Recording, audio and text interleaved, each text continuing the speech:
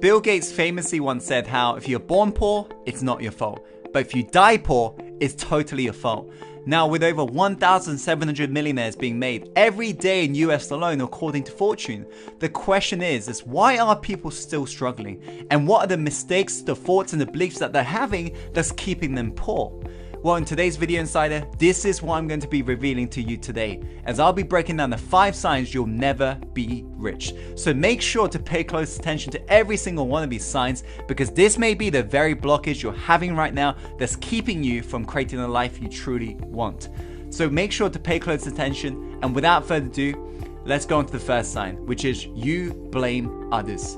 I hear this all the time from broke people out there. They say, Tim, you don't understand. I can't get results because I'm too old, I'm too young. It's my country, it's my government, it's my parents. They put blame on everybody else apart from themselves. You know, there's a great quote that went on lines of how 2 men sat behind bars.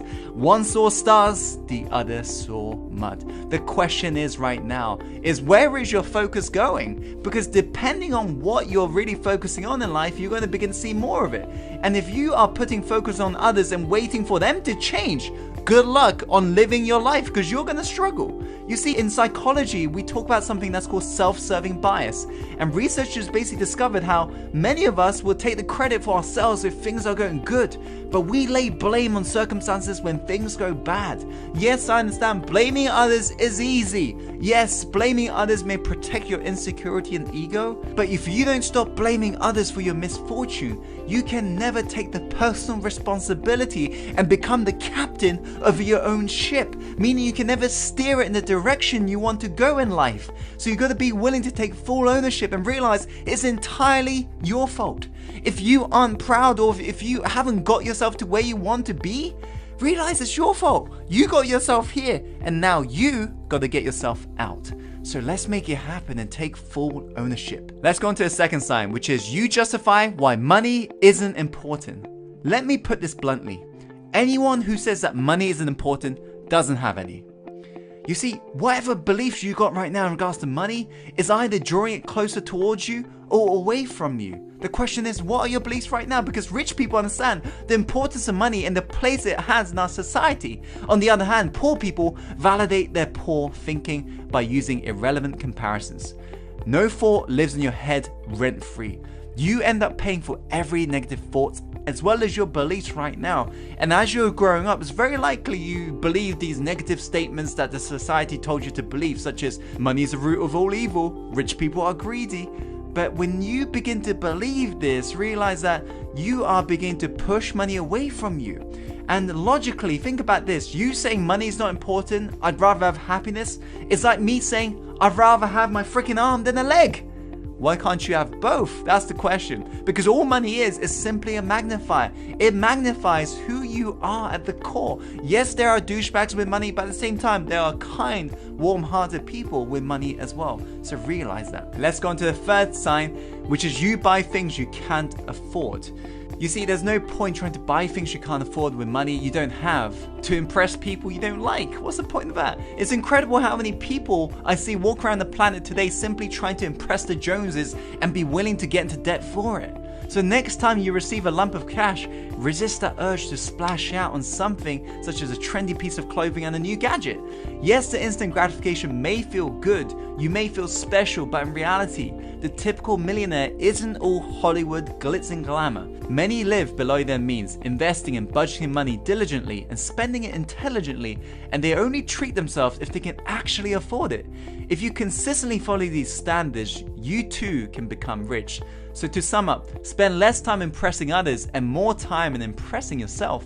Be willing to put in the work and energy to climb the mountain so you can see the world, not so the world can see you. The aim, my friend, is to be rich, not to look rich. Now let's go on to the fourth sign, which is you've got a scarcity mindset.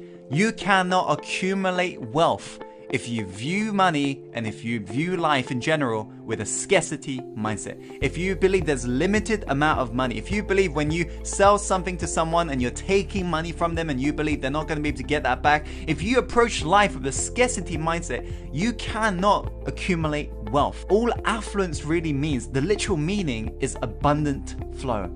And it doesn't mean having things at all. So you've got to be willing to create the consciousness that invites the abundant flow. The moment you create that consciousness, that's when you begin to accumulate wealth. This is how truly wealthy people remain wealthy, because they approach life with abundant flow mindset. They got the consciousness that attract more wealth.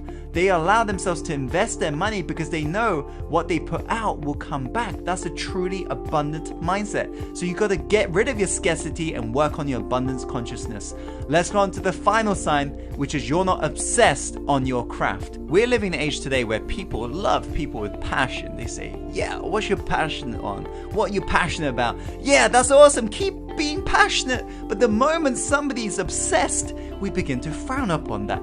But if you look at anybody who's really passionate about their craft, look at Elon Musk, for example. They are freaking obsessed. They're possessed about their craft. They're willing to do whatever it takes to commit to mastery and be willing to make the mission a reality. But we frown upon that. Give me obsession over intelligence any day, because I'll be more successful when I'm consistent with my effort. It doesn't matter in this day and age whether or not you're intelligent. It matters whether or not you're consistent with your actions. And consistency comes from sheer obsession towards your craft. So find what you truly love to do. Yes, find that passion, but be willing to get obsessed over it. Be willing to be obsessed on the marketing that product, selling that product, getting out to our marketplace. Be obsessed with your craft, because if you aren't, you'll never be rich in your life. These are the 5 signs you'll never be rich. I hope you found today's video helpful. If you have, be sure to click that like button and share this video with your friends and loved ones who need to hear this message right now, because life is all about paying it forwards. So be sure to pay it forwards to them. And comment below in regards to any feedback, questions you may have. And as always, follow your heart and take action and go live the life you're truly born to live. I'll see you on the next video soon. Take care.